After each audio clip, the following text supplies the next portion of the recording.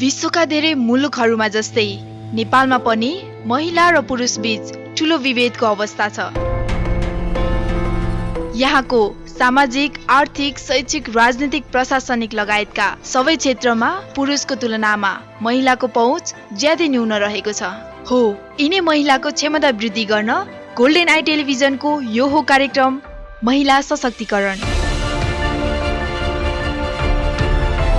महिला हिंसा अन्त्य गर्नका लागि पहिलो कुरा महिलालाई सचेत बनाउनु आवश्यक छ। महिलाले आफूमा आएका समस्या आफैले समाधान गर्नु महिला सशक्तिकरण हो। यी र यस्तै विषयमा गरिने कुराकानीको कार्यक्रम हो महिला सशक्तिकरण।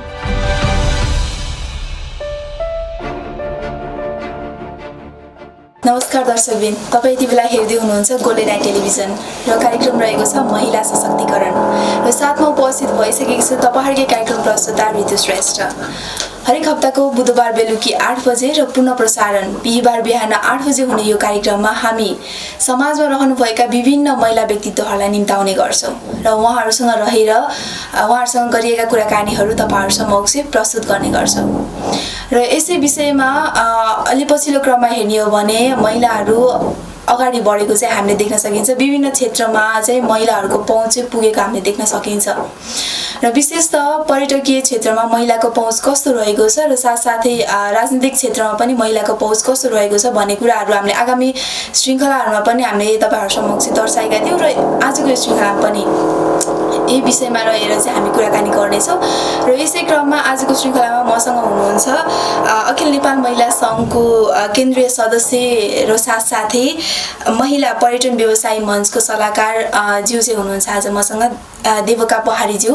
उहाँसँग रहेर चाहिँ आजको यो श्रृङ्खलामा म कुराकानी गर्छु। आउनुहोस् दर्शकबिन, उहाँलाई कार्यक्रममा स्वागत गरौँ। स्वागत छ तपाईँलाई। Thank you. आरामै हुनुहुन्छ? आरामै छु। हिजो आजका दिनहरूमा केमा व्यस्त हुनुहुन्छ? अहिले विशेष गरी व्यावसायिक हिसाबले पनि म अब पर्यटन व्यवसायी भएको हुनाले मेरो होटल व्यवसाय छ, ट्राभल एजेन्सी छ र ट्रेकिङ एजेन्सी मनी चेन्जर छ र अहिले यो विश्वभरि फैलिएको कोभिड-19 को असरको कारण व्यवसायमा पनि नराम्रोसँग असर परेको छ र त्यसमा स्पेसल्ली पर्यटन व्यवसाय झन् सबैभन्दा प्रभावित चाहिँ बनेको छ र त्यसै क्रममा पनि हामीले सकभर चाहिँ सकारात्मक सन्देश प्रवाह गरौँ र आउने पर्यटकहरूलाई सेवा प्रदान गरौँ भन्ने उद्देश्यले हामी त्यसमै तल्लिन्छौँ। यद्यपि पर्यटनको एकदमै न्यून आगमन छ, त्यो क्षेत्रलाई कसरी विकास गर्न सकिन्छ भन्नेतिरै तल्लिन्छौँ। अलि अब पछिल्लो क्रममा त व्यवसाय अलिक कम नै छ होइन? अब पर्यटकहरू पनि खासै आगमन नभइसकेको अवस्था। विशेष अब सुरुवाती क्षणबाट नै कुरा गरौँ, यो पर्यटन व्यवसायमा लाग्नु भएको चाहिँ कति भयो? मेरो घर नै पोखरा छ, लेक साइड हो। त्यो कारणले गर्दाखेरि मेरो जन्म नै पर्यटन क्षेत्रमा भएको कारणले म जति बेलादेखि मेरो म चेतना भएन त्यस बेलादेखि नै म व्यवसायसँग प्रत्यक्ष अप्रत्यक्ष चाहिँ सम्बन्धित नै रहेँ र पछाडि मेरो विवाह भइसकेपछि पनि मेरो श्रीमान बासु त्रिपाठी हुनुहुन्छ, उहाँ पनि वरिष्ठ पर्यटन व्यवसायी नै हुनुहुन्छ र हामी दुवैजनाले व्यवसायलाई अगाडि बढायौँ र ट्राभल एजेन्सी दर्ता गऱ्यौँ सुरुमा र त्यसपछि बिस्तारै त्यसको विकसित रूप चाहिँ ट्रेकिङ एजेन्सी मनी चेन्जर र अहिले पछिल्लो समय हामी होटल व्यवसायमा संलग्न छौँ र अहिले नयाँ प्रोजेक्ट पनि नयाँ बिल्डिङ पनि कन्स्ट्रक्सन हुँदैछ र त्यता हामी व्यस्त छौँ। र सुरुवातीको क्रममा पर्यटन व्यवसायको सन्दर्भमा कुरा गर्दा नेपालमा पहिलो पर्यटन जसरी विदेशी युरोपियनहरू आउनुहुन्थ्यो त्यतिखेर नेपालमा गाँजा चरेस त्यस्तो फ्री थियो, फ्री जोन जस्तो थियो र त्यही खालको पर्यटक भनेको बुझाइ चाहिँ त्यो गाँजा चरेस खाना आउने हो भन्ने हामी बच्चा हुँदाखेरि त्यस्तो चाहिँ प्रभाव थियो। त्यति धेरै व्यवस्थित रूपमा चाहिँ कुनै होटलहरू रेस्टुरेन्टहरू त्यो खुलिसकेको अवस्था थिएन। सामान्य घरमा कहिलेकाहीँ बाहिर बरन्डामा समेत एउटा होइन सुकुल मात्रै ओछ्याएर अथवा सिप्री म्याग आफैले लिएर आएको चाहिँ लिएर अनि सामान्य घरमा जस्तो पाक्छ चिया खाना जस्तो पाक्छ त्यस्तै खाएर सुरुवाती भएको पोखराको पर्यटन व्यवसायको सन्दर्भको सुरुवातीको सन्दर्भ कुरा गर्दा र कतिपय त्यसपछि विकसित हुँदै आज नेपालको सबैभन्दा महत्त्वपूर्ण ठाउँ पोखरा छ लेकसाइड हुँदाखेरि म आफूलाई एकदम गर्वको महसुस गरिरहेको छु। सानैबाट त्यही वातावरणमा हुर्किनु भयो र अहिले पनि त्यही व्यवसायलाई चाहिँ अँगालेर अगाडि बढिराख्नु भएको छ। प्लस अब अहिले फ्यामिली पछिको फ्यामिली पनि त्यही व्यवसायमा लागेको भएर चाहिँ तपाईँलाई पनि सहज भइरहेको छ। हजुर एकदमै सहज भएको छ र हामीले आफू मात्रै नभई धेरै महिला दिदीबहिनीहरू अथवा धेरै चाहिँ पर्यटन क्षेत्रमा लाग्ने चाहने व्यवसायीहरूलाई पनि हामीले यो क्षेत्रमा आउनको निम्ति उत्प्रेरित पनि गरिरहेका छौँ। हजुर हजुर विशेष त अहिले अब लेकसाइडको अवस्था हेर्ने हो भने पर्यटनको आगमन न्यून रहेको छ अनि त्यसपछि अब आगामी दिनहरूमा यो कोरोनाको टाइमभन्दा अगाडि चाहिँ अब पर्यटनको आगमनहरू त राम्रै थियो त्यति बेला अब व्यवसायमा चाहिँ पर्यटकीय व्यवसायमा कस्तो खालको छाप चाहिँ रहेको थियो त नि? एकदमै नेपालको सबैभन्दा चाहिँ अगाडि बढाउन सकिने व्यवसायको रूपमा चाहिँ पर्यटन व्यवसायलाई लिएको थियो जसमा हामीले राज्यले ठुलो लगानी खासै पर्यटन क्षेत्रमा गरेको देखिँदैन। निजी क्षेत्रबाट नै पर्यटन क्षेत्रलाई विकास भएको र कतिपय एकदमै के हामीले नदेखेको नसोचेको ठाउँहरूमा पनि पर्यटकहरू पुग्ने र त्यसलाई निजी क्षेत्रले नै त्यसको त्यो व्यवसायको प्रचार प्रसार गरिरहेको थियो र पछिल्लो समयमा विकसित भएको प्रविधिको माध्यमबाट पनि नेपाललाई विश्वभर चिनाउन छिटो चिनाउने कुनै माध्यम छ भने त्यो पर्यटन नै थियो, पर्यटन नै छ र भोलिको दिनमा पनि त्यो हुनेछ र निजी क्षेत्रले नै आफ्नो पहलमा र सरकारका कतिपय नीतिगत कुराहरूले गर्दाखेरि निर्णयले गर्दाखेरि पनि पर्यटन क्षेत्रमा पछिल्लो समयमा धेरै अगाडि फड्को मारेको थियो र अहिले पछाडि पोखराको पर्यटन व्यवसायलाई हेर्दाखेरि पोखरामा जुन निर्माण हुँदै गइरहेको पोखरा अन्तर्राष्ट्रिय विमानस्थलले पनि त्यसको परिणामको रूपमा हामीले लिन सक्छौँ र त्यसै गरेर पोखराको नजिक भएको भैरवमा पनि लुम्बिनी अन्तर्राष्ट्रिय विमानस्थल जुन निर्माण भइरहेको अवस्था थियो र त्यो अहिले सकिने क्रममा छन् दुवै र त्यो निर्माण चाहिँ भइरहेको अवस्थामा र जुन बाटोघाटोको विकासहरू पनि बिस्तारै भएको र नयाँ पर्यटकीय चाहिँ क्षेत्रहरूको पहिचान सँगसँगै पनि भएको थियो र त्यो हिसाबले चाहिँ अत्यन्तै उत्साह पर्थ्यो र तर दुर्भाग्य एक्कासी यो जुन नेपाल भर्खरै मात्रै ठुलो भूकम्प नेपालमा भयो र त्यो भूकम्पबाट भर्खर पर्यटन व्यवसाय उठ्दै थियो र त्यसमा फेरि अहिले कोभिड-19 को चाहिँ असर परेको छ र अब यसले अब भूकम्पले भन्दा यसले धेरै ठुलो चाहिँ असर गर्ने देखिएको छ र स्पेसल्ली चाहिँ भूकम्प नेपालमा मात्रै गएको थियो त्यो पनि कुनै के अरे इन्टरनेसनल एयरपोर्टहरू बन्द थिएन, रोडहरू बन्द थिएन र कुनै पनि पर्यटकीय स्थलहरू चाहिँ केही समयपछि आफ्नो निरन्तर गति लिइरहेका थिए। तर अहिले कोभिड-19 को कारण विश्वभरि नै परेको प्रभावले गर्दाखेरि अब हामीले पर्यटनको नीतिमा थोरै चेन्ज गर्नुपर्छ कि आगामी दिनहरूमा भन्ने चाहिँ हामीलाई लागिरहेको छ। नीतिमा चाहिँ चेन्ज गर्नुपर्छ जस्तो लाग्छ तपाईलाई? अब अहिले हामीले पहिला नेपालको चाहिँ पर्यटन अब विदेशीहरूलाई टार्गेट गर्दाखेरि युरोपियन पर्यटनको चाहिँ बढी आगमन थियो। हामीले यो छिमेकी देशहरूको भारतको विशेष चाहिँ बढी आउनुहुन्थ्यो 7 कन्ट्रीको। त्यसपछि मुख्य चाहिँ धेरै भनौँ न खर्च गर्न सक्ने पर्यटक भनेको युरोपियन पर्यटकै हुनुहुन्थ्यो र अहिले आएर के भयो त भन्दाखेरि हामीले धेरै टाढाको पर्यटक भन्दा हामी भित्रकै पहिला आन्तरिक पर्यटनलाई कसरी चाहिँ त्यसलाई व्यवस्थित गर्ने, कसरी प्रचार प्रसार गर्ने र जाने भन्ने कुरा एउटा पोलिसी सरकारले त्यसलाई प्रमोट गर्नको निम्ति पोलिसी बनाउन आवश्यक छ भने अर्को छिमेकी राष्ट्रहरूसँगको पर्यटनलाई कसरी नेपालमा भित्राउन सकिन्छ भनेर चाहिँ त्यसमा पोलिसी बनाउन आवश्यक छ जस्तो लाग्छ र नेपालमा 7 कन्ट्रीहरूबाट मात्रै केही प्रतिशत मात्रै पर्यटक आइदिने हो भने पनि नेपालको जुन आर्थिक विकासमा पर्यटनको विकासमा धेरै ठुलो चाहिँ प्रभाव पार्छ भन्ने लाग्छ, सकारात्मक प्रभाव। विशेष त अब सुरुवाती क्षणबाट अहिलेसम्म पर्यटकीय व्यवसायी भनेर नै चिनिनु भएको छ। विशेष त आफू म को हो भन्दाखेरि चाहिँ म एउटा पर्यटकीय व्यवसायी हो भनेर चाहिँ चिनाउनु भएको छ।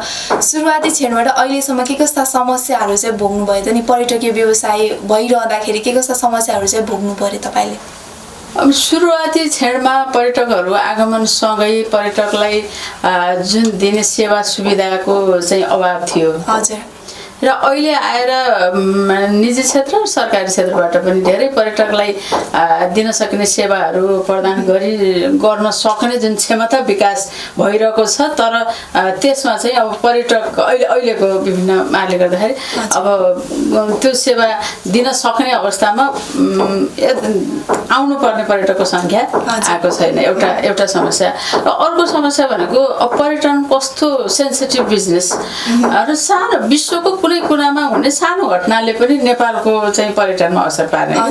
त्यो कारणले गर्दाखेरि यो हामीले व्यवसाय गरिरहँदाखेरि अहिले पनि कोभिडको कुरा गरौँ न, अब कति अरू बिजनेसहरू त आफ्नो लयमा लगभग फर्किसकेको अवस्था थियो, तर पर्यटन भनेको एकदमै ठुलो माग छ, एउटा समस्या। त अर्को फेरि पर्यटनमा अब सानोतिनो लगानीले पनि नहुने, ठुलो चाहिँ लगानी चाहिने र त्यसलाई लङ टर्ममा चाहिँ हेर्नुपर्ने, बिजनेस जानुपर्ने। तर समय समयमा घट्ने कतिपय नेपालमा चाहिँ राजनीतिक घटनाहरू, कति ठुल्ठुला घटनाहरू भए। अब 10 वर्ष सशस्त्र द्वन्द्वमा पनि अब सबभन्दा बढी प्रभावित चाहिँ पर्यटन नै बन्यो। अनि अब हाम्रो देशको चाहिँ बाटोघाटोको सुविधा, पुल पुलेसाको सुविधा त्यति व्यवस्थित छैन। र अब बर्खायाम लाग्यो अनि त्यसपछि बाटोको समस्या, अनि एयरपोर्टहरू क्लोज हुन्छ। अब पर्यटकको त निश्चित समयलाई 1 हप्ता 10 दिन 15 दिन कतै एकदमै निश्चित समय हुन्छ नि, त्यो समयमा आफूले बनाएको प्लान अनुसार घुम्न चाहन्छ नि, त्यो समस्या हुने।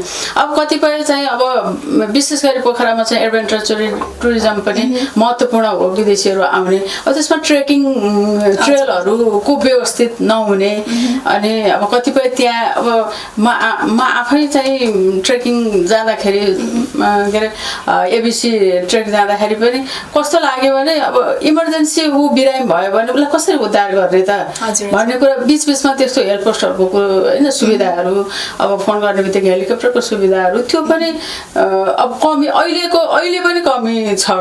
पर्यटन व्यवसाय राम्रो रूपमा चलिरहँदा पनि त्यो कुरामा ध्यान नपुगेको चाहिँ देखिन्छ। त्यो कारणले गर्दा हामी एक त हाम्रो आफ्नो आन्तरिक राष्ट्रिय राजनीतिले पनि ठुलो असर पार्ने, अनि प्राकृतिक विपत्तिले पनि त्यत्तिकै असर पार्ने, अनि त्यसपछि विदेशमा कुनै घटनाले पनि त्यो असर पार्ने। त्यो असर पार्दै पनि फेरि मान्छेको स्वाभाविक चाहिँ नेचर हो नि, एक ठाउँबाट अर्को ठाउँमा जानुपर्ने, एकदम जोखिमपूर्ण कामहरू गर्न मन पराउने, अनि त्यसपछि अर्को ठाउँको कल्चर, त्यहाँको चाहिँ विभिन्न होइन नेचरहरूसँग रम्न मन पराउने। त्यो कारणले गर्दाखेरि फेरि त्यसको भविष्य फेरि त्यत्तिकै थियो। त्यो जोखिमको बेलामा पनि मलाई लाग्छ राज्यले पर्यटन व्यवसायबाट राज्यलाई जुन आर्थिक रूपमा चाहिँ सुविधा पुगेको थियो, फाइदा पुगेको थियो, त्यो मूल्याङ्कन गर्न सकेको छैन भन्ने लाग्छ।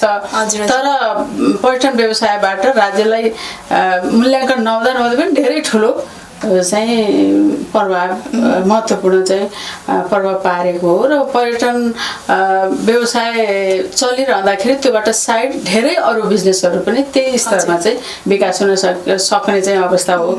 अब कतिपय अब ट्रेकिङ जाँदाखेरि अब ट्रेकिङ गाइड पोर्टरदेखि त्यो बाटोमा पर्ने हरेक क्षेत्रको विकास, हामीले जुन कल्पना गर्न नसकिने विकासहरू त्यहाँ भएको पाउँछौँ। त्यो चाहिँ विशेष अब तपाईँ एक महिला हुनुहुन्छ होइन, विशेष त महिला भइरहँदाखेरि हाम्रो समाजमा महिलालाई अगाडि बढ्नको लागि खुट्टातानी मान्छेहरू धेरै देखिन्छ। हामीले महिला भइरहँदाखेरि एक पर्यटकीय व्यवसाय पनि हुनुहुन्छ, त्यो क्षेत्र भनेको छुट्टै पाटो पनि रह्यो। अलिकति हाम्रो समाजमा हेर्ने मान्छेहरूले चाहिँ अलिक छुट्टै तरिकाले चाहिँ हेर्ने गरिन्छ। एउटा महिला भइरहँदाखेरि, पर्यटकीय व्यवसाय भइरहँदाखेरि के कस्ता समस्याहरू भोग्नु भएको छ, के कस्ता कुराहरू सुन्नु भएको छ समाजबाट, के कस्ता चुनौतीहरू चाहिँ भोग्नु भएको छ तपाईँको जिन्दगीमा? विशेष गरी म आफैले त त्यति धेरै भोग्नु परेन जस्तो लाग्छ कि। अब किनभने म पर्यटन व्यवसाय सँगसँगै सामाजिक काममा पनि म त्यत्तिकै म जतिखेरदेखि बुझ्ने भएँ र आफूलाई त्यसमा पनि अगाडि बढाएँ भनौँ न, सक्दो सहयोग गर्नतर्फ चाहिँ अगाडि बढेँ। र हरेक क्षेत्रमा व्यवसाय मात्रै नभनौँ, पर्यटन व्यवसाय मात्रै नभनौँ, हरेक क्षेत्रमा महिलाहरूलाई घरको अब चाहिँ त्यो चुलो चौको छोडेर बाहिर आउने भन्ने कुरा एकदमै अब त्यतिखेरको समयमा भनौँ न पहिलाको समयमा साह्रै चाहिँ अप्ठ्यारो नै थियो र अब महिलाहरूले पनि पेसा व्यवसाय गर्न सक्छन् महिलाहरूले पनि व्यवसायमा हात हालेर अब घर समाज देशको चाहिँ आर्थिक समृद्धिमा चाहिँ योगदान पुर्याउन सक्छन् भन्ने मान्यतै थिएन पहिला त अब त्योबाट त्यो मान्यताहरूलाई चिर्दै हामीले आफूलाई अगाडि जब बढाउँदै गयौँ र बढाउँदै जाँदाखेरि धेरै महिलाहरूले चाहिँ त्यसमा उहाँले जे सक्नुहुन्छ त्यही गर्नुभएको छ नि एउटा गेस्टलाई चिया पकाएर दिने चिया दिने कुरा पनि धेरै महत्त्वपूर्ण कुरा हो खाना बनाएर दिने काम पनि धेरै महत्त्वपूर्ण हो होटलमा हस्पिटालिटी गर्ने कुरा पनि धेरै महत्त्वपूर्ण कुरा हो तर त्यो कामलाई मूल्याङ्कन नगरिएको मात्रै हो भन्ने चाहिँ मलाई लाग्छ एउटा विषय र अर्को विषय भनेको अब त्यो पेसालाई चाहिँ राम्रो बनाउनको निम्ति चाहिने स्किलको कुरा हो त्यो स्किल अथवा सिप दिनुपर्छ भन्ने कुरा राज्यले सम्बन्धित निकायले नसोचेको पनि हो भन्ने लाग्छ र आफ्नो हिसाबले आफ्नो परम्परागत सिप दक्षता जे थियो त्योबाट सेवा गर्दै आउनुभयो कतिपय अब हामीले उदाहरण लिन सक्छौँ महिलाहरू ट्रेकिङ जान सक्छन् अथवा विदेशी पर्यटकहरूलाई चाहिँ गाइड गर्न सक्छन् भन्ने कुराको चाहिँ कुनै विश्वासै थिएन कि अब बिहान उठेर बेलुका घरमा नआउने बेलासम्म अब कहाँ गयो छोरी के गर्यो छोरी भन्ने अवस्थामा एउटा गेस्टलाई गाइड गरेर चाहिँ त्यो हिमालको कुनामा पुग्न सक्छन् भन्ने कुराको त्यो त समाजले स्वीकार्न सक्थेन त्यति हुँदाहुँदै पनि महिलाहरूले फेरि काम गरिराख्नु भएकै थियो र अब त्यो काम गरिराखेको कुरालाई पछि जब चाहिँ भनौँ न पर्यटन व्यवसाय पनि अगाडि बढ्दै गयो र एकजनाले मात्रै सक्ने सम्भावना पनि रहेन नि त पुरुषहरूले मात्रै र महिलाहरूलाई अगाडि ल्याउन आवश्यक छ भन्ने पनि जुन बुझाइ बन्दै गयो त्यसपछि महिलाहरू अगाडि आउनुभयो र त्यो आउने कुरामा अहिले पनि हामीले त्यही सन्दर्भलाई जोडेरै अहिले तपाईँले भन्नु होला महिला पर्यटन व्यवसाय मञ्च भन्ने चाहिँ हामीले गठन गर्यौँ ओठेप भनेर भन्छ र अब त्यो पनि के भने त्यो महिलाहरू एउटा कुरा महिलाहरूको सहभागिता बिना व्यवसायलाई एउटा स्तरमा होइन उन्नत स्तरमा लान सकिँदैन एउटा घरकै एउटा आर्थिक चाहिँ उन्नतिको निम्ति पनि जब दुवैजना चाहिँ आर्थिक क्रियाकलापमा संलग्न हुनुहुन्न तबसम्म चाहिँ अब सोचेको विकास हुन सक्दैन भन्ने मान्यता पनि हो र अर्को कुरा व्यवसायमा लागेका महिलाहरूलाई सिप प्रदान गर्ने र दक्ष बनाउने र उहाँहरूलाई त्यो सँगै अरू आफ्नो व्यक्तिगत विकासको निम्ति पनि नेतृत्व विकासको निम्ति पनि सबल बनाउने भन्ने उद्देश्यले हामीले जति पनि सङ्घ संस्थाहरू देख्यौँ अरू क्षेत्रमा जस्तै पर्यटनमा पनि महिलाहरूको पार्टिसिपेट नहुने हरेक पसलमा जानुहोस् अहिले पनि हरेक चाहिँ होटलमा जानुहोस् हरेक ठाउँहरूमा व्यवसायमा जानुहोस् महिलाहरू नै खटिरहेको देखिन्छ तर उहाँहरूलाई त्यो खट्दाखेरि आवश्यक सिप ज्ञान दक्षता कति प्रदान गर्नुपर्छ कसरी चाहिँ त्यो होइन उहाँलाई सक्षम बनाउनुपर्छ भन्नेतिर पनि ध्यान नगएको र अब पोलिसी लेभलमा नीति निर्माण तहमा पर्यटनकै पनि त धेरै नीति निर्माणको कुरा हुन्छ नि त्यसमा पनि उहाँहरूको पार्टिसिपेट नहुने यो कुराहरू देखिसकेपछि हामीले अब भएन भनेर हामी अनि खोल्यौँ अहिले त्यो संस्थामा 200 भन्दा बढी त सदस्य नै हुनुहुन्छ र त्यसले यति धेरै राम्रो काम गरेको छ होइन महिलाहरू यति उत्साहित हुनुहुन्छ र अब त्यो उत्साहित भएर अहिले हरेक कार्यक्रमहरू आफैले चाहिँ अर्गनाइज गरेर चाहिँ अगाडि बढिरहेको छ अब यसै सन्दर्भमा एकदमै एउटा मात्रै म घटना चाहिँ भन्न चाहन्छु अब म यो पर्यटन यस्तो हो कि तपाईँ यहीँ बसेर मात्रै सबै कुरा चाहिँ को अनुमान लगाउन सक्नुहुन्न अरू कुराहरू जस्तै आफैले प्रत्यक्ष गएर अनुभव गरेर भोगेपछि मात्रै त्यसलाई आफूले चाहिँ बताउन पनि सकिन्छ अनि विभिन्न के अरे देशका विभिन्न क्षेत्रहरूको अनि त्यसपछि विदेशको पनि भ्रमण गर्ने सन्दर्भमा गत वर्ष मात्रै चाइनाको होइन बेजिङ साङ्घाई लगायतका चाहिँ सिटीहरूको भ्रमणमा पर्यटन व्यवसाय मञ्चको ग्रुप निस्क्यो अनि गइसकेपछि काठमाडौँ एयरपोर्टमै महिलाहरूको यत्रो ग्रुप छ अनि घरको अनुमति छ कि छैन स्थानीय निकायको अनुमति छ कि छैन एयरपोर्टमै रोक्ने काम भएछ कि त्यो महिलाहरू आउनुभयो के आश्चर्य लागेर तर अनि पछाडि फेरि कुराकानी भयो अनि यहाँ सिडिओसँग कुरा गरिसकेपछि एयरपोर्ट पास हुनुभयो अनि भइसकेपछि चाइनामा पनि भनौँ न महिलाहरूको यस्तो ग्रुप चाहिँ आएको हामीले पहिलोचोटि व्यावसायिक रूपमा प्रतिनिधित्व गरेर आएको पहिलोचोटि हामीले अनुभव गऱ्यौँ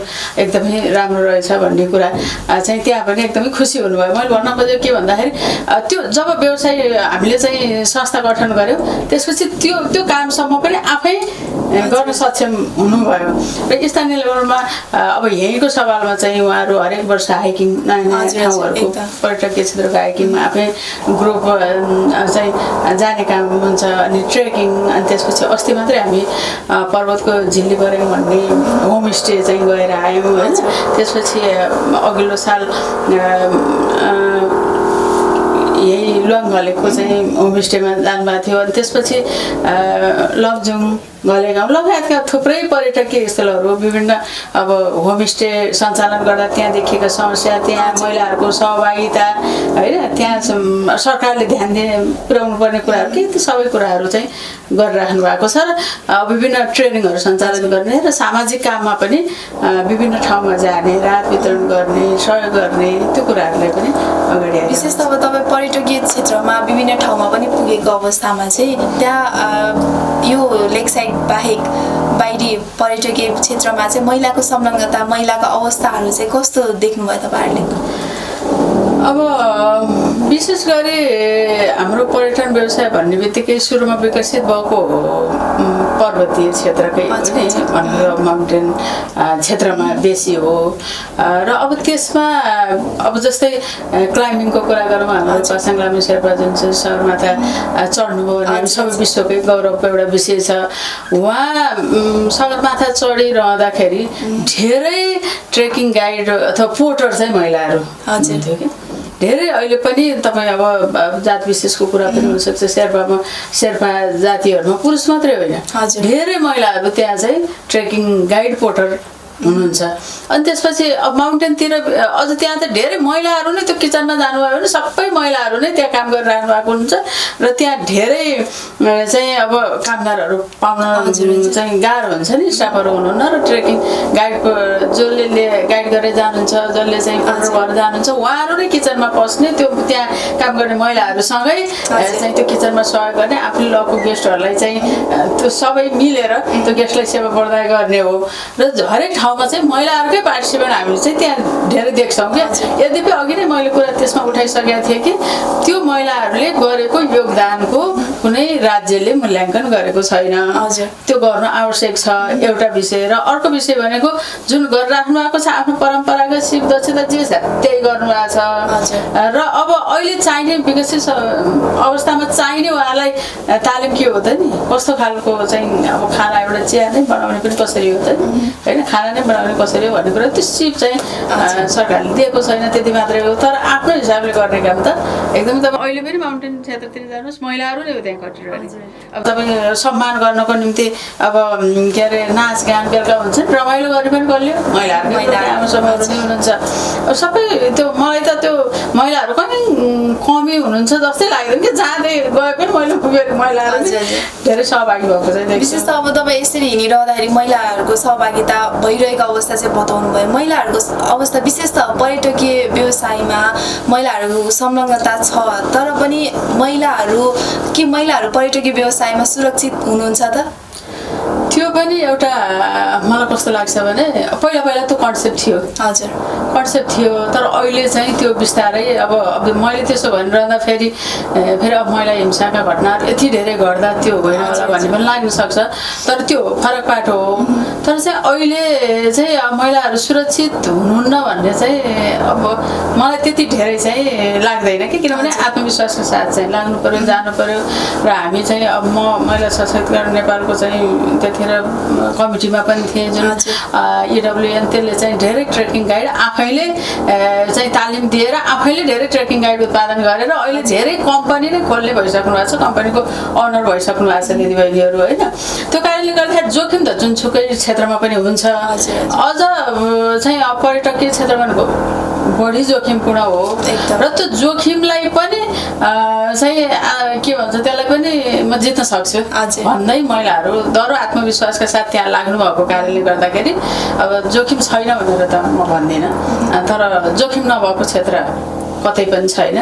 र त्यो कारणले गर्दाखेरि पर्यटन क्षेत्रमा पनि अब कतिपय कठिनै हुने त्यहाँका जोखिम त छनलाई, तर जसले पर्यटन क्षेत्र बुझ्नु भएको छ त्यो जोखिमलाई पनि चाहिँ म चिर्न सक्छु भन्दै त्यो पेसामा लाग्नु भएको छ। त्यो पेसा बुझ्दा बुझ्दै पनि कतै न कतै महिला आफू सक्षम हुँदा हुँदै पनि कतै न कतै असुरक्षित भएको हो कि जस्तो पनि लाग्छ। हुन्छ त्यो त हुन्छ। अब जस्तै तपाईँ सिजनको बेलामा चाहिँ ट्रेकिङ जाँदाखेरि सुत्ने ठाउँ नै हुँदैन, किनभने गेस्टलाई पुग्दैन।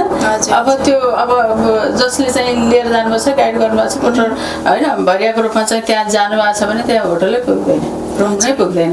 जबकि महिलाहरूको निम्ति त्यो कति आवश्यक छ। सबै किचनमा चाहिँ एउटै भनौँ न बेडमा चाहिँ त्यही के भन्छ लगातार सुत्नुपर्ने अवस्था पनि हुन्छ। अब कतिपय अब राम्रो टोयलेट बाथरुमको व्यवस्था नहोला, अथवा जङ्गलमा चाहिँ कहिलेकाहीँ हराइएला, कहीँ एक्लै भइएला, त्यो कुरा त त्यो एकदमै जोखिमपूर्णै छ। त्यो अवस्था त्यो त कतिपय अब महिलाहरू फर्किसकेपछि त्यो कुराहरू गर्नुहुन्छ होइन, त्यो अवस्था त छ नै, किन नहुनु। अब तर हामीले त्यसलाई न्यूनीकरण कसरी गर्न सकिन्छ भनेर अगाडि बढ्ने। हजुर हजुर, न्यूनीकरण चाहिँ कसरी गर्न सकिन्छ जस्तो लाग्छ? महिला सशक्तिकरण। खुसियालीमा हामी सबै रमाउन चाहन्छौँ। परिवारका सदस्य, साथीभाइ, अनिष्ट मित्र एकै ठाउँमा भेला भई शुभकामना आदान प्रदान गर्छौँ। हो, कुनै पनि बर्थडे पार्टी, एनिभर्सरी पार्टी वा जुनसुकै बेला जुनसुकै प्रकारका केक चाहिएमा हामीलाई सम्झनुहोस्, हामी होम डेलिभरी गर्नेछौँ। हाम्रा bakery items birthday cake, anniversary cake, fondant cake, customise cake, bun bread item सम्पूर्ण, muffin, donut, banana cake, cinnamon, burger, pizza, momo, coffee, मटका चिया, ice cream.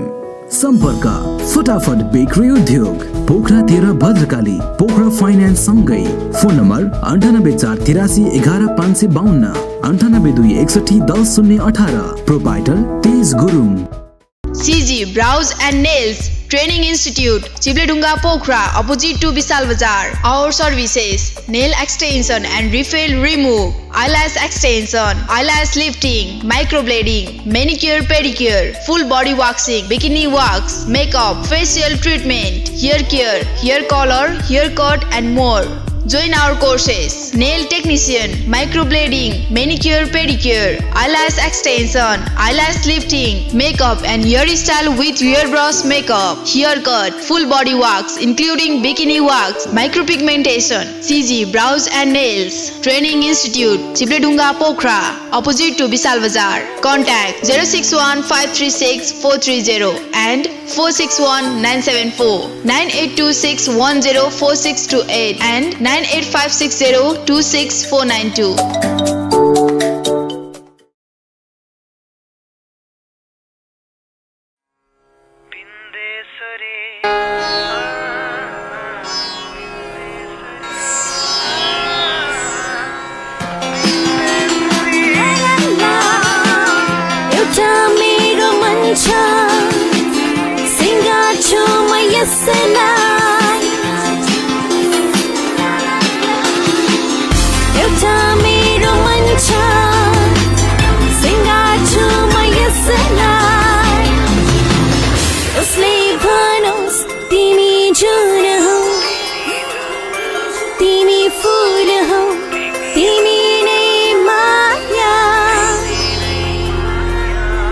Bindesuri Home Center and Furniture, furniture for all.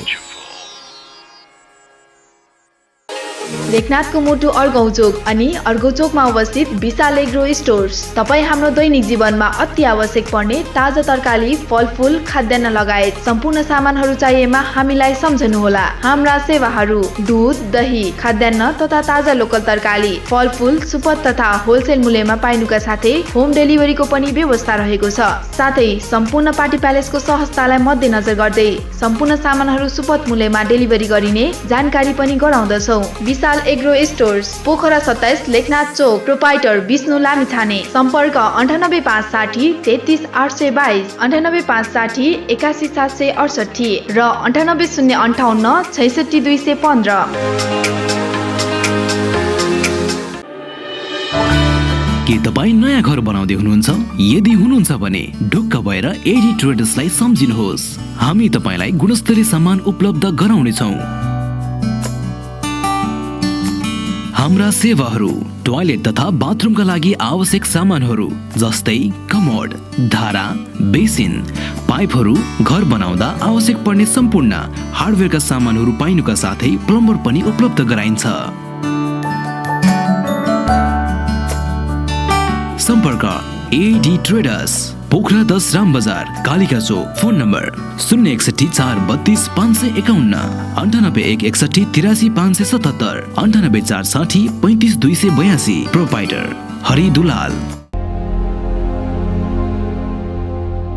बाबु, यो परम्परागत जडीबुटी दैविक शक्तिद्वारा असाध्यै मानिएका रोगहरूको राम्रो उपचार गर्ने ठाउँ पोखरामा कहाँ छ होला, थाहा छ तिमीलाई? थाहा छ नि आमा, पोखराको नयाँ बजारमा रहेको भृगु ज्योतिष सेवा केन्द्रमा परम्परागत जडीबुटी, योग, ध्यान र दैविक शक्तिद्वारा असाध्यै मानिएका रोगहरू जस्तै सुगर, प्रेसर, वात, थाइरोइड, किडनी, हृदयरोग र मोचको सफल उपचार गरिन्छ नि। सर, यो ज्योतिष सम्बन्धी सम्पूर्ण सेवाहरू हेर्न मिल्ने सफ्टवेयर बनेको छ होला कि छैन होला? ल, तपाईँलाई थाहै रहेछ नि, भृगु ज्योतिष सेवा केन्द्रले फ्युचर भिजन सफ्टवेयर निकालेको छ नि। त्यसमा हजारौं वर्षको पञ्चाङ्ग हेर्न पनि पाइने अनि ज्योतिष सम्बन्धी सम्पूर्ण काम पनि गर्न पाइन्छ नि। ए, विगत 2 दशकदेखि हामी परम्परागत जडीबुटी उपचार तथा ज्योतिषीय सेवा दिँदै आइरहेका छौँ। लामो अनुसन्धान र अभ्यासले कुनै पनि दीर्घ रोगीलाई तत्काल लाभ दिन सक्ने प्रकारले हामीले उपचार पद्धति लिएर आएका छौँ, जसमा तपाईहरू भृगु ज्योतिष सेवा केन्द्रमा आएर लाभ लिन सक्नुहुनेछ। पोखराको मुटु सिर्जना चोकमा अत्याधुनिक पर्वत शर्मा अटो वर्कशप तथा कार वासमा तपाईँ सबैलाई स्वागत गर्न चाहन्छौँ। हाम्रा सेवाहरू टायर रिपेयरिङ नयाँ तथा पुरानो उपलब्ध छ। बाइक तथा स्कुटर सर्भिसिङ, कार वासका साथै रभिङ र पोलिसिङ पनि गरिन्छ। अनुभवी मिस्त्रीद्वारा सर्भिसिङ तथा सफाई गरिन्छ। मोबिल तथा पार्ट्सहरू सुपथ मूल्यमा पाइन्छ। सम्पर्क ठेगाना पर्वत शर्मा अटो वर्कशप तथा कार वास, सिर्जना चोक, पोखरा। 400 साइकलको ठिक अगाडि। सम्पर्क नम्बर भुवनन्द बस्याल 9806 13506, मधुसूदन बस्याल 9806 70481, बालकृष्ण बस्याल 9851 81437। कृपया एक पटक सेवा गर्ने मौका दिनुहोस्।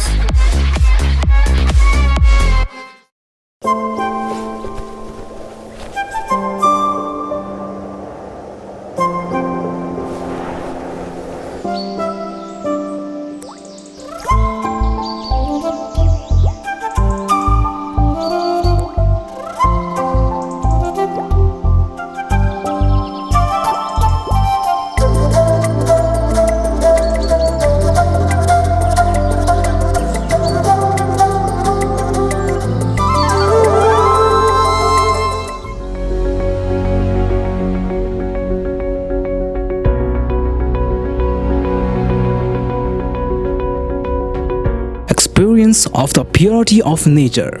Lotus Spring Water, Pokhara 26 Rakhidara. Contact 9819116170, 98560 4193. Natural test with purity.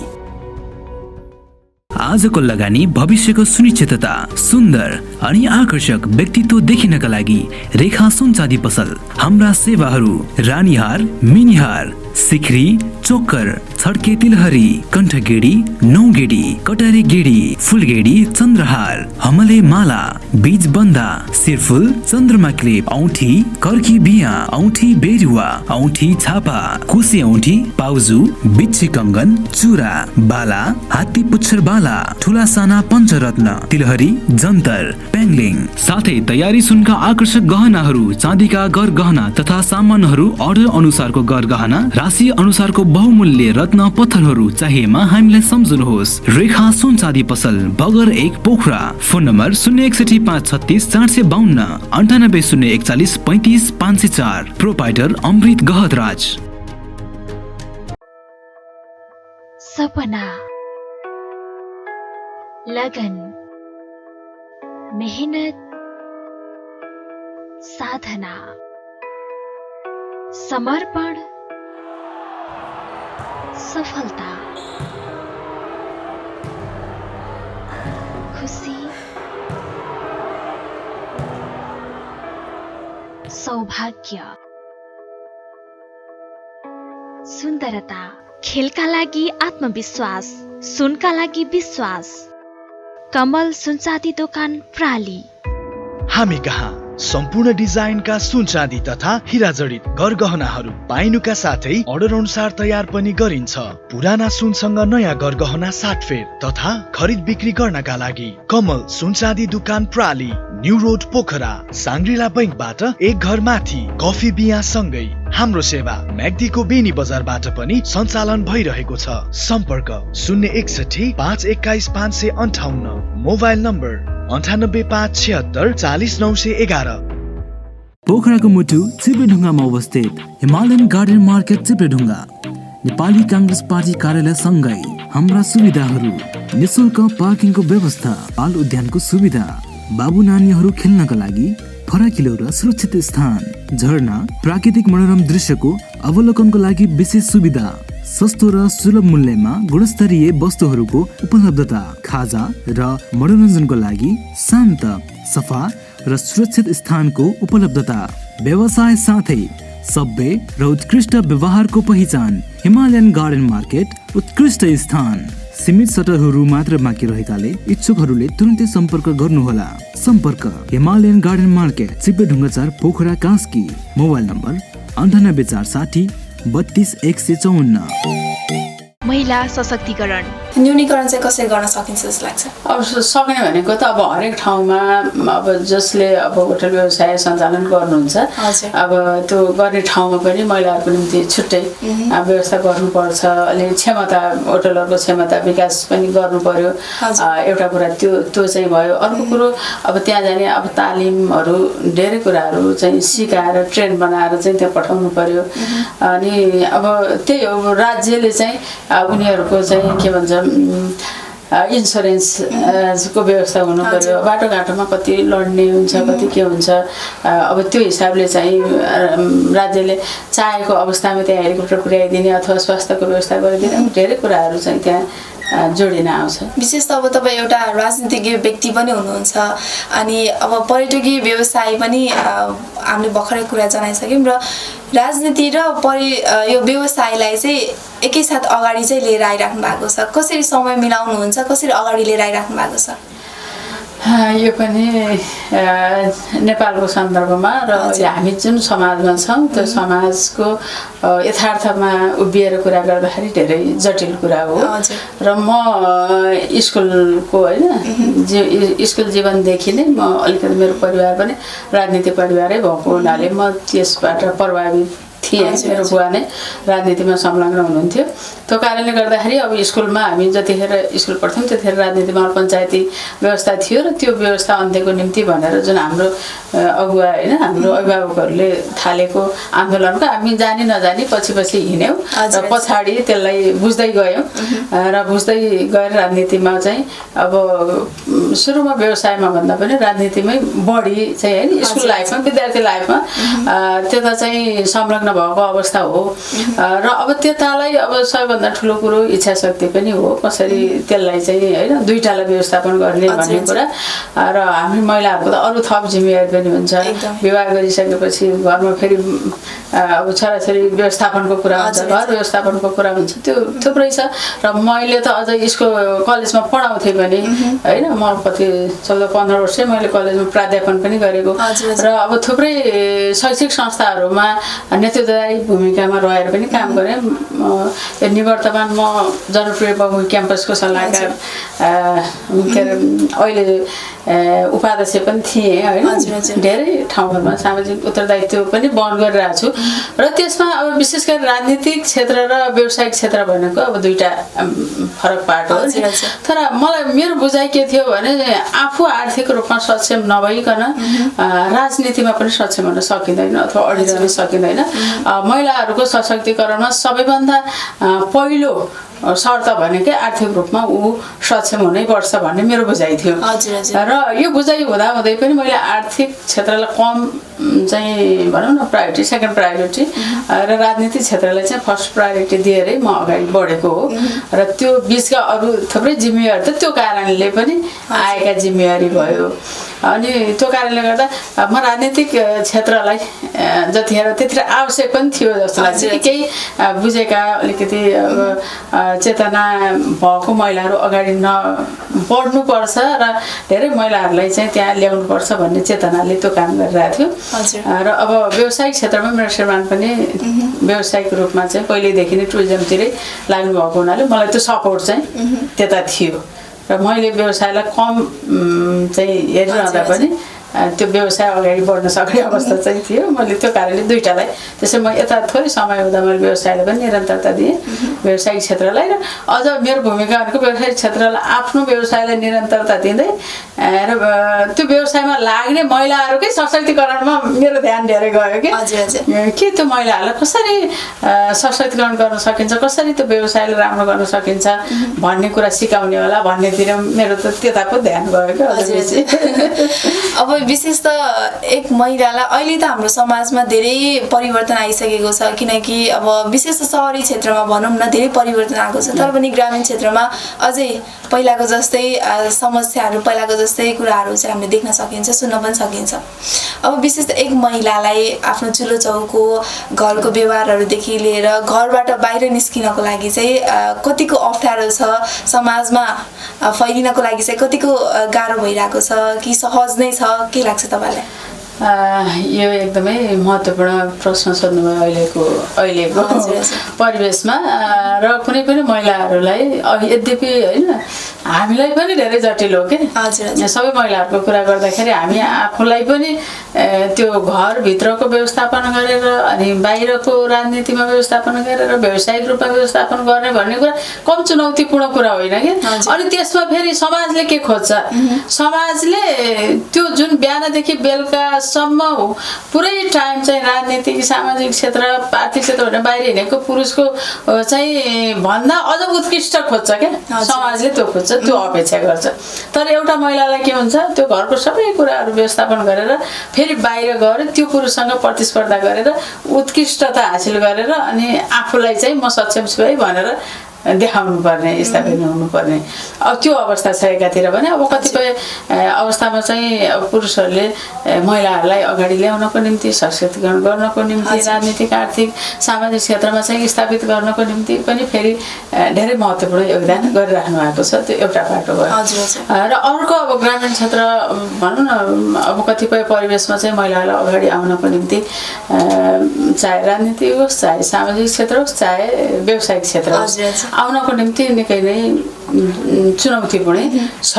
र अब त्यो चुनौतीपूर्ण छ, तर सत्य के हो त भन्दाखेरि समाज रूपी रथ एउटा मात्रै पाङ्ग्रो त अगाडि बढ्दैन, अर्को पनि उत्तिकै अगाडि आउनु जरुरी छ। हामीले अहिले विकास र समृद्धिको नारा अहिले एकदम पपुलर नारा छ नि।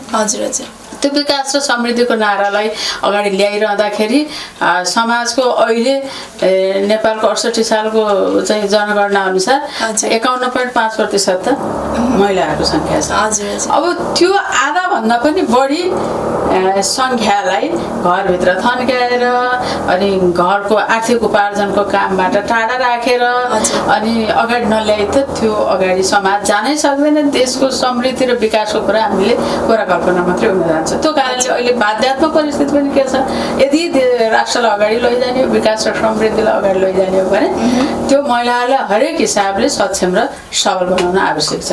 अब हामीले त्यो कुरा गरिरहँदाखेरि दुईवटा पाटा महत्त्वपूर्ण हुन्छ। एउटा राजनीतिक रूपमा उहाँहरूलाई चाहिँ अधिकारको हिसाबले चाहिँ समान हुनु पर्यो एउटा कुरा, अर्को कुरा उहाँलाई दक्षता पनि, किनकि यो त युगौँदेखि चाहिँ पछाडि परेको समाज छ र महिलाहरू पीडित हुनुहुन्छ र उहाँहरूलाई त्यो हिसाबले चाहिँ फेरि अगाडि छुट्टै बेनिफिट दिएर अगाडि ल्याउनु पनि आवश्यक छ।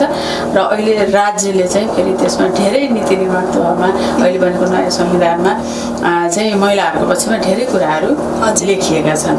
अब हामीले त अहिले भन्न सक्छौँ नि देशको राष्ट्रपति को छ, महिला हुनुहुन्छ। योभन्दा अगाडि चाहिँ प्रधान न्यायाधीशको हुनुहुन्थ्यो, महिला हुनुहुन्थ्यो, सभामुखको हुनुहुन्थ्यो, पूर्व महिला हुनुहुन्थ्यो। अहिले यद्यपि अहिले चेन्ज हुनुभएको छ भनिरहँदाखेरि राज्यका हरेक निकायमा महिलाहरूको 33%लाई के गरेको छ अहिले संविधानले ग्यारेन्टी गरेको छ एउटा पक्ष। अर्को चाहिँ महत्त्वपूर्ण निकाय प्रमुख, उपप्रमुख, राष्ट्रपति, उपराष्ट्रपति, सभामुख, उपसभामुख लगायतका क्षेत्रमा महिलाहरूलाई चाहिँ एउटा अनिवार्य ग्यारेन्टी गरेको छ। त्यति मात्रै नभई स्थानीय निकायको अब उत्पीडित महिलाहरूको सभामा पनि एकजना महिला भूगोलको हिसाबले त्यसै भूगोल बनाएर एकजना महिलालाई अनिवार्य चाहिँ सहभागिताको संविधानले ग्यारेन्टी गरेको छ। र यति धेरै कुराहरू अहिले त अब सम्पत्तिमा चाहिँ पहिला के थियो विवाह नगरिन्जेल चाहिँ छोरीले माइतमा भयो भने विवाह गरिसकेपछि घरमा घर पाउने भन्ने थियो। अहिले त्यो छैन। अहिलेको नयाँ संविधानले के गर्यो जन्मिने बित्तिकै अंश र वंशमा मुख्य गरी पैतृक सम्पत्तिमा चाहिँ महिलाहरूको अधिकारको कुराहरूलाई चाहिँ ग्यारेन्टी गर्यो। यद्यपि व्यवहारमा कति लागू भएको छ त्यो हामीले हेर्न बाँकी छ, त्यसलाई बिस्तारै हामीले फेरि सचेतन गर्दै जानुपर्छ। र ती विषयहरू हेर्दाखेरि अहिले ग्रामीण क्षेत्रका महिलाहरूको अवस्था त्यसमा तुलना गर्दाखेरि नेपालमा फेरि अब राजनीतिक रूपमा धेरै सचेत पनि हुनुहुन्छ र अधिकारको हिसाबले चाहिँ मेरो अधिकार के हो भन्ने कुरामा अहिले बिस्तारै धेरै संविधानमै ग्यारेन्टी गरिसकेको अवस्थामा होइन त्यो धेरै कुराहरू चाहिँ बुझ्दै जानुभएको छ। अब चाहे लोकसेवा आयोग होस्, चाहे चाहिँ अहिले सुरक्षा निकायका पनि आर्मी पुलिसहरूमा होस्, त्यसमा पनि के छ नि त तपाईँले एउटा बसमा चढ्नु भयो भने महिला आरक्षण सिट भन्ने छ। त्यो आरक्षणको हिसाबले पनि अहिले त्यो हिसाबले महिलाहरूलाई आउने वातावरण बिस्तारै के भइरहेछ नीतिगत रूपमै त्यसलाई ग्यारेन्टी गरिएको कारणले गर्दाखेरि त्यो चाहिँ अगाडि बढिरहेको अवस्था छ। र अब त्यसलाई चाहिँ अब हामीले गुणात्मक रूपमा कसरी, पहिलो कुरा लेखिएका अधिकारलाई कसरी स्थापित गर्ने, अर्को कुरा चाहिँ महिलाहरूलाई ती त लेखियो, अब लेखिएको अधिकारहरू प्रयोग गर्न सक्षम हुनुहुन्छ कि हुनुहुन्न त्यो कुराहरूलाई ध्यान दिएर अब त्यसलाई कसरी उहाँहरूलाई त्यो लेखिएका अधिकारहरूलाई चाहिँ उपभोग गर्न सक्ने सक्षम बनाउने त्यो दुइटै दायित्व चाहिँ अहिले छ।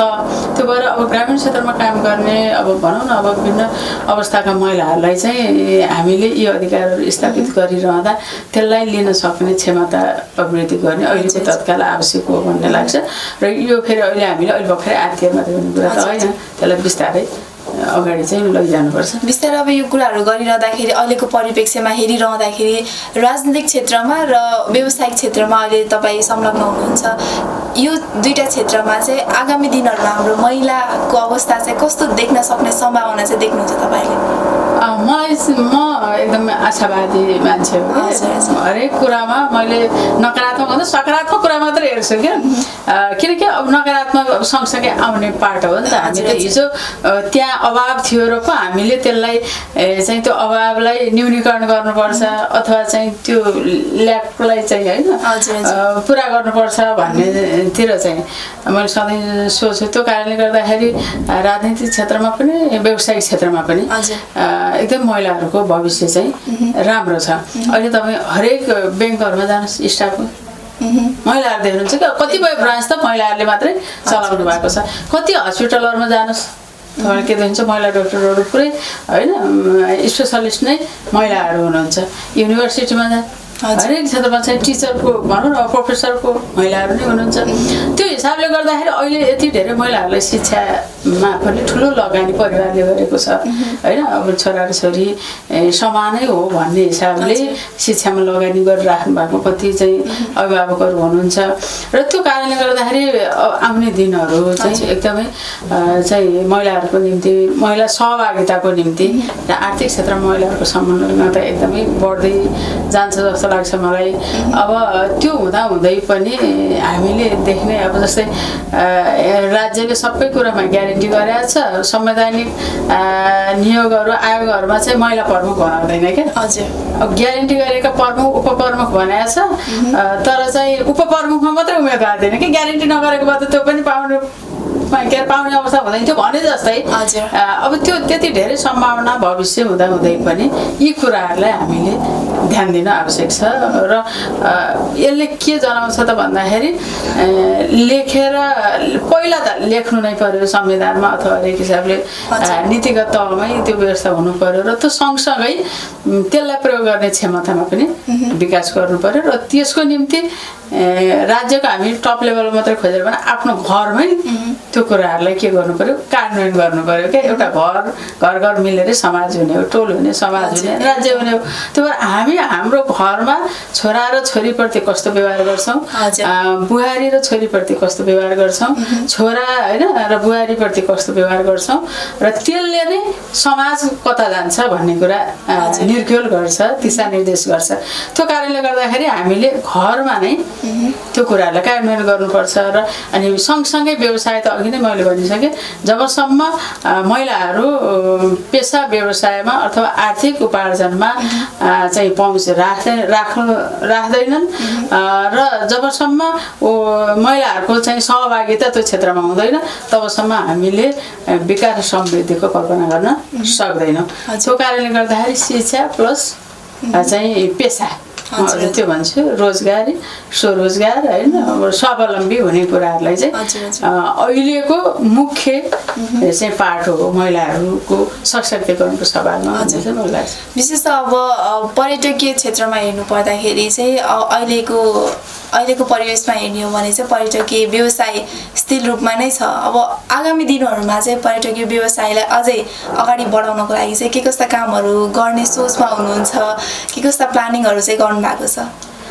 अब यसमा कति अप्ठ्यारो चाहिँ अहिले भएको छ र अहिले अब कोभिड-19 भनेर भन्यो अहिले दोस्रो लहर फेरि पहिलोभन्दा झन् चाहिँ बेसी भएर आएको जस्तै त्यसले फेरि त्रास यसो चाहिँ अब नेपालीहरू अथवा चाहिँ अलि नेपालमा त यो हावापानीको दृष्टिकोणले अरू चाहिँ जीवनशैलीको दृष्टिकोणले योसँग लड्न सकिने रहेछ क्या भन्ने पनि एक खालको चाहिँ त्यो मानसिकता विकास भएको थियो र अलिकति त्यसलाई चाहिँ हामीले कति पालना गर्नुपर्ने नियमहरू पालना नगरेको जस्तो लाग्छ कि मलाई त्यस्तो थियो तर त्यस्तो खेलाँची गरेर त हुँदैन त्यो कारणले गर्दाखेरि अहिले त्यो पनि एउटा डर र त्रासको अवस्थामै व्यवसायीहरू हुनुहुन्छ र अब योबाट अहिले दुईवटा कुरा यसलाई अब सबै कुरामा अवसर पनि हामीले देखाउँ जस्तो लाग्छ क्या मलाई के अरे हेरौँ अवसरको रूपमा पनि भन्ने लाग्छ र अहिले यो कोभिड पछाडिको दिनहरूमा कस्तो भने लोकल लेभलमै मानिसहरू एक ठाउँबाट अर्को ठाउँमा जाने फ्यामिली सहित जाने त्यसपछि एक दिन एउटा लन्च डिनर भए पनि खाने अब कतिपय आफ्नो साधनहरू सवारी साधनहरू हुने चाहिँ व्यक्तिहरू चाहिँ आफ्नो साधनमा परिवारसहित घुम्ने गेट टुगेदर गर्ने त्यो पनि गरेको पाइयो त्यसले पनि एक खालको चाहिँ थोरै धानिने होइन आशा चाहिँ हामी आफै पनि घुम्दाखेरि पनि त सङ्कटको बेलामा त्यसलाई चलायमान त अर्थतन्त्र चलायमान त हुने रहेछ पेसा व्यवसाय चलायमान त हुने रहेछ भन्ने कुराहरू पनि एउटा त्यो दियो एउटा सन्देश त्यो दियो र अर्को सन्देश भनेको हामी सधैँभरि अरूबाट निर्भर मात्रै गरेर नि भन्ने रहेनछ हामी आफै भित्र अथवा देशभित्रकै पनि एउटा कुनाबाट अर्को कुनामा जाने कुराहरूको पनि त्यसलाई पनि ध्यान दिनुपर्ने रहेछ भन्ने कुरा अर्को भयो र अर्को कुरा चाहिँ नेपालीहरूमा बिस्तारै घुम्ने प्रवृत्तिको पनि विकास भएको र अर्को पछि भनेको अहिलेको सोसियल मिडियाहरू छ नि अब टिकटक भनौँ अब अरू इन्स्टाग्राम भनौँ अरू धेरै कुराहरूले पनि त्यो नयाँ क्षेत्रको चाहिँ प्रचार प्रसार गरिदिने त्यो हिसाबले पनि चाहिँ अब अलि केही अवसरहरू अथवा केही सम्भावनाहरू चाहिँ हामीले देखेका छौँ देख्नलाई अब त्यो चाहिँ अब त्यसलाई माथि उठाउन होइन कि धानिन मात्रै सस्टेन सामान्य रूपमा सस्टेन हुन र आउने राम्रो भविष्यको निम्ति वेट गर्ने समय मात्रै त्यस्तो चाहिँ छ तर अब हामी बिस्तारै हामी आफै देश र छिमेकी राष्ट्रहरूसँगै आत्मनिर्भर हुने हिसाबले पर्यटनको नीतिमा पनि परिवर्तन गर्नुपर्छ होला हेर्ने आँखाहरू पनि अलिक फरक बनाउनुपर्छ होला भन्ने चाहिँ हामीलाई लागेको छ एकदमै। अब भने हामी कार्यक्रमको अन्तिमतर्फ पनि आइसकेका छौँ। अन्तिममा हामीलाई हेरेर रहनुभएका दर्शकबिनहरूको लागि चाहिँ तपाईँको तर्फबाट के भन्न चाहनुहुन्छ? सर्वप्रथम म यो लोकप्रिय टेलिभिजन गोल्डेन आई हेरेर बसिरहनुभएका सम्पूर्ण दर्शकहरूलाई नयाँ वर्ष 2078 को हार्दिक मङ्गलमय शुभकामना दिन चाहन्छु। हाम्रो 77 जे जस्तो भयो 78ले ती सबै कुराहरूलाई चाहिँ आशावादी बनाओस्, सबैको उज्जवल भविष्य चाहिँ होस्, प्रमुख राष्ट्रकै उज्जवल भविष्य होस्। यो राजनीतिक खिचातानी जुन छ त्यो एउटा समाधान भएर जाओस्, त्यो पनि अपेक्षा राख्न चाहन्छु। र आज रामनवमी पनि हो र यो चैते दसैँ भनेर भन्छौँ, यद्यपि वैशाखमा परेको छ र यसको पनि म शुभकामना दिन चाहन्छु। र यो अब कतिपय परिस्थिति हाम्रो हातमा हुन्न, हाम्रो काबुमा हुँदैन। अहिले हाम्रो काबुभन्दा बाहिरको परिस्थिति हामीले सामना गरिरहेका छौँ। यद्यपि मानिस नै त्यो हो जसले सधैँ अगाडिको भविष्य देख्छ, सकारात्मक भविष्य देख्छ र हरेक चुनौतीहरूलाई फेस गर्न आफूलाई सक्षम बनाउँछ। र अहिले हाम्रो बिचमा देखिएका ती जति पनि समस्याहरू छन् र आगामी दिनहरूमा त्यो समस्यालाई समाधान गर्ने क्षमतामा पनि विकास होस् र हामी सधैँ सकारात्मक सोचौँ। सकारात्मक सोचाइले हामीलाई सधैँ राम्रो गन्तव्यमा नै पुर्याउँछ भन्ने चाहिँ मलाई लाग्छ। र तपाईँहरू सम्पूर्णलाई म एउटा व्यवसायको हिसाबले, एउटा राजनीतिक हिसाबले पनि, व्यक्तिको हिसाबले पनि म यही कुराको अपेक्षा छ है। धन्यवाद। हवस्, तपाईँको व्यस्त समय छुट्याएर हामीलाई समय दिनुभयो त्यसको लागि पनि धेरै धेरै धन्यवाद छ। हवस् दर्शकबिन, तपाईँहरू समक्ष आजको श्रृङ्खलामा एकजना राजनीतिज्ञ व्यक्ति र साथसाथै पर्यटकीय व्यवसायमा पनि संलग्न हुनुभएको एकजना महिला, हामीले भन्ने गरिन्छ कि महिलाले केही पनि गर्न सकिँदैन। अहिले हाम्रो समाजमा धेरै परिवर्तन त आइसकेको छ, तर पनि महिलाले चाहिँ केही गर्न सकिने रहेछ भन्ने कुराहरू चाहिँ हामीले विशेष त उहाँहरू जसरी नै उदाहरणीय व्यक्तित्वहरूलाई यहाँ निम्ताएर चाहिँ उहाँहरूको कुराहरू चाहिँ तपाईँहरू समक्ष प्रस्तुत गऱ्यौँ र आजको श्रृङ्खलामा पनि तपाईँहरू समक्ष प्रस्तुत गऱ्यौँ र फेरि पनि आगामी श्रृङ्खलाहरूमा पनि यसरी नै अन्य व्यक्तित्वहरूलाई निम्ताएर, अन्य समाजमा रहनुभएका व्यक्तित्वहरूलाई निम्ताएर चाहिँ तपाईँहरू समक्ष लिएर आउने नै छु। र त्यति नैसम्म हेर्दै गर्नुहोला गोल्डन आई टेलिभिजन र त्यति नैसम्म मलाई पनि बिदा दिनुहोला। हवस् त, नमस्कार।